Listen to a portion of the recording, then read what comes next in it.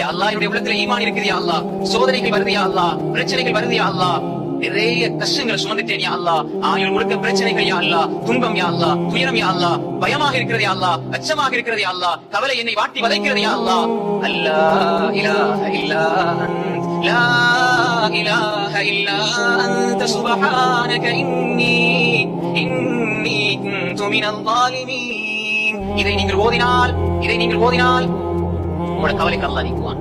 லா இலாஹ இல்லா அன்த சுப்ஹானக இன்னி குன்து மினல் ஸாலிமீன். இந்த வசனத்தை அல்லாஹ் சூரா அல்-அன்பியா 28 வசனத்தில் அல்லாஹ் தஆலா இங்கே சொல்கிறான். ரசூலுல்லாஹி ஸல்லல்லாஹு அலைஹி வஸல்லம் சொன்னார்கள், யார் ஒரு மனிதன் லா இலாஹ இல்லா அன்த சுப்ஹானக இன்னி குன்து மினல் ஸாலிமீன் என்ற இந்த துஆவை ஓதிவிட்டு எந்த துஆவை கேட்டாலும் அல்லாஹ் ஏற்றுக்கொள்வான் என்று சொன்னார்கள் ஸல்லல்லாஹு அலைஹி வஸல்லம்.